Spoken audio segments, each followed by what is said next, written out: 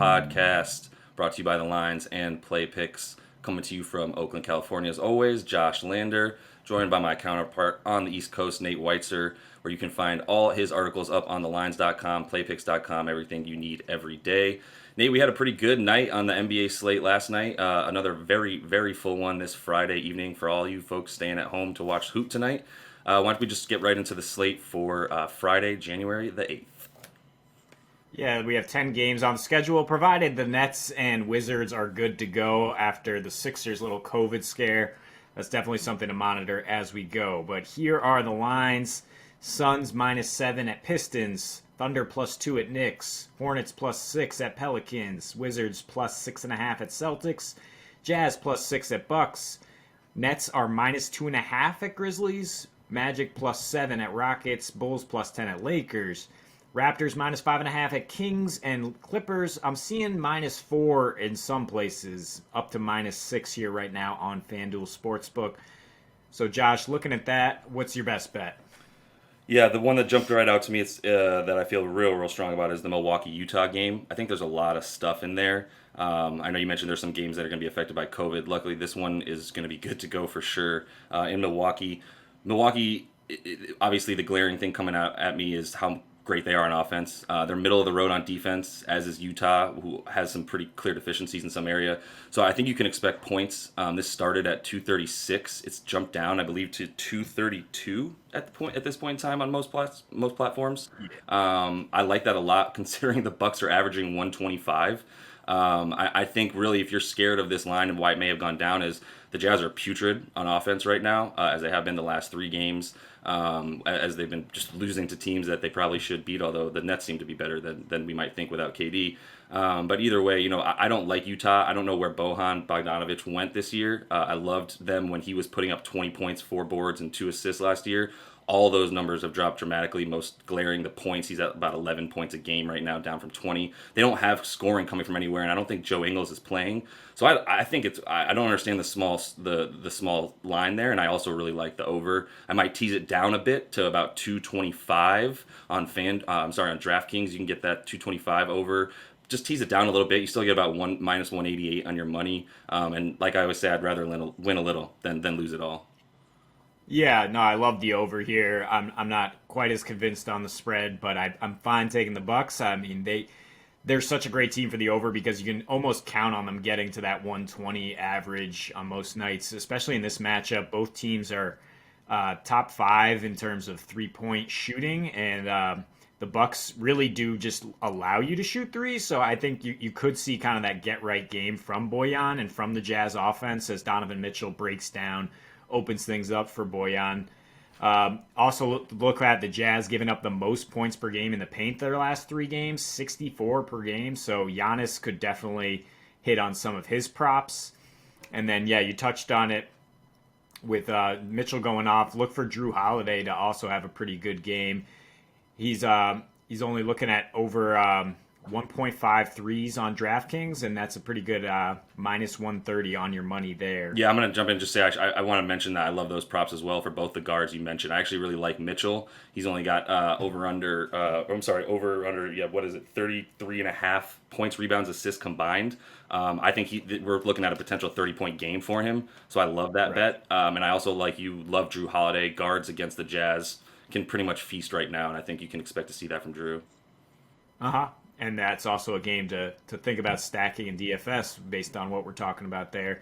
Looking at another bet, your Knicks, the team of your youth, are off to the most surprising start. They seem like the one team that wasn't invited to the bubble that is actually sustaining some success. Tom Thibodeau getting the most out of everybody on that roster. And they face, the second worst team according to offensive rating this year in the Thunder. Knicks are number 1 in 3-point defense. They're very tough to beat on the interior. The Thunder have no interior presence. It's just hard to imagine how OKC follows up a surprising win over the Pelicans by beating this Knicks team. And just -2 for the Knicks at home just seems way too small. I don't understand the disrespect there from odds makers. Yeah, I mean, I think you're going to see a lot of the stigma of what the Knicks have been continue to follow them, even if they get games above 500. If they continue on this pace and have even a decent record, somewhere around the halfway point of the season. I still think you're going to find some value on these Knicks spreads. It's the Knicks. It's going to take a while to get rid of that stench.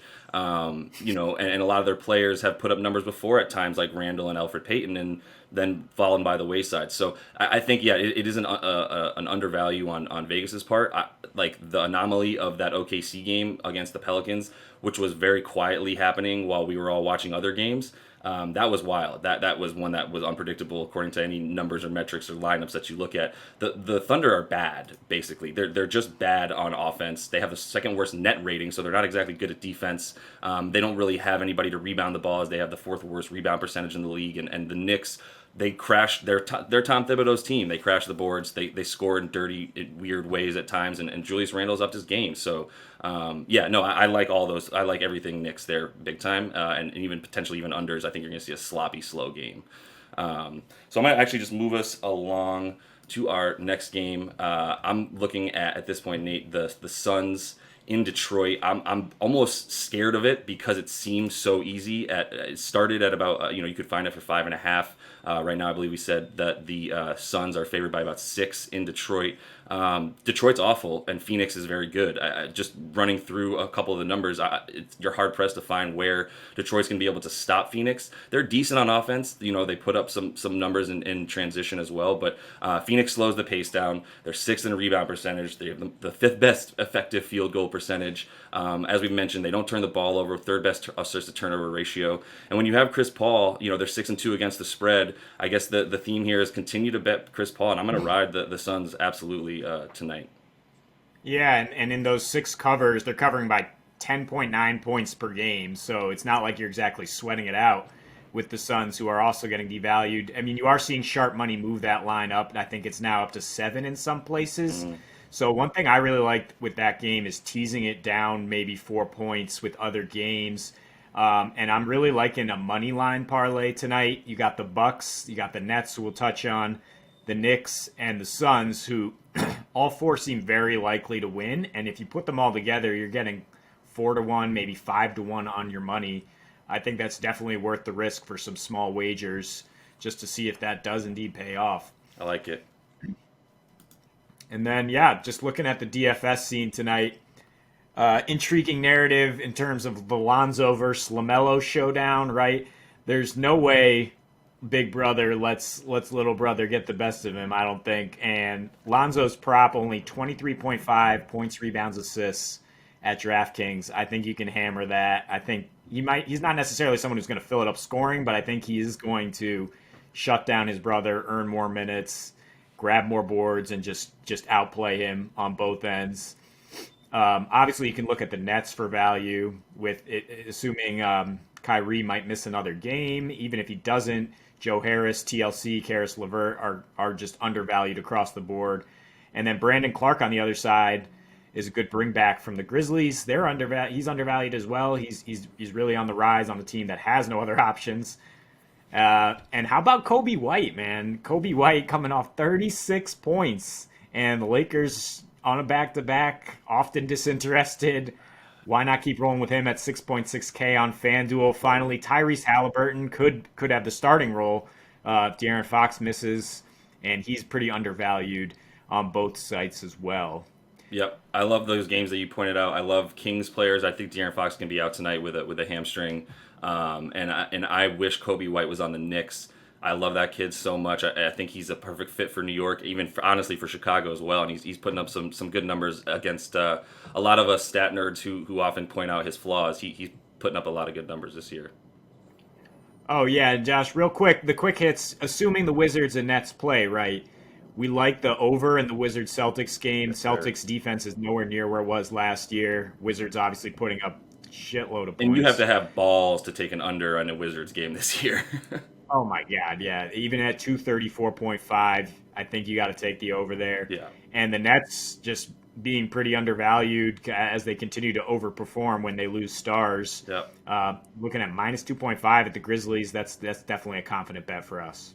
Agreed. Yep, and honestly, the last one I will even touch on is the Clippers Dubs, as I love those West Coast games. I think the Dubs are better than we thought they were. I think they're going to show us something this year. But if the Clippers are playing one of their stars, they're still a better team. Pat Bev and company can shut things down on the perimeter better than most squads. So if you see a small line there under 5 or so for the Clips over the Warriors, I'd pull that. Yeah, I'm looking under there. Clippers are playing at a really slow pace, and Yep. yeah, as you mentioned, they've been able to contain guards, and Steph is a little nicked up with the ankle. Yeah, so that's all the time we have today, guys. Assuming we've been bringing you winners, please keep liking and subscribing, and drop comments below if you have some good angles for tonight. We're always happy to chat about them. Happy betting.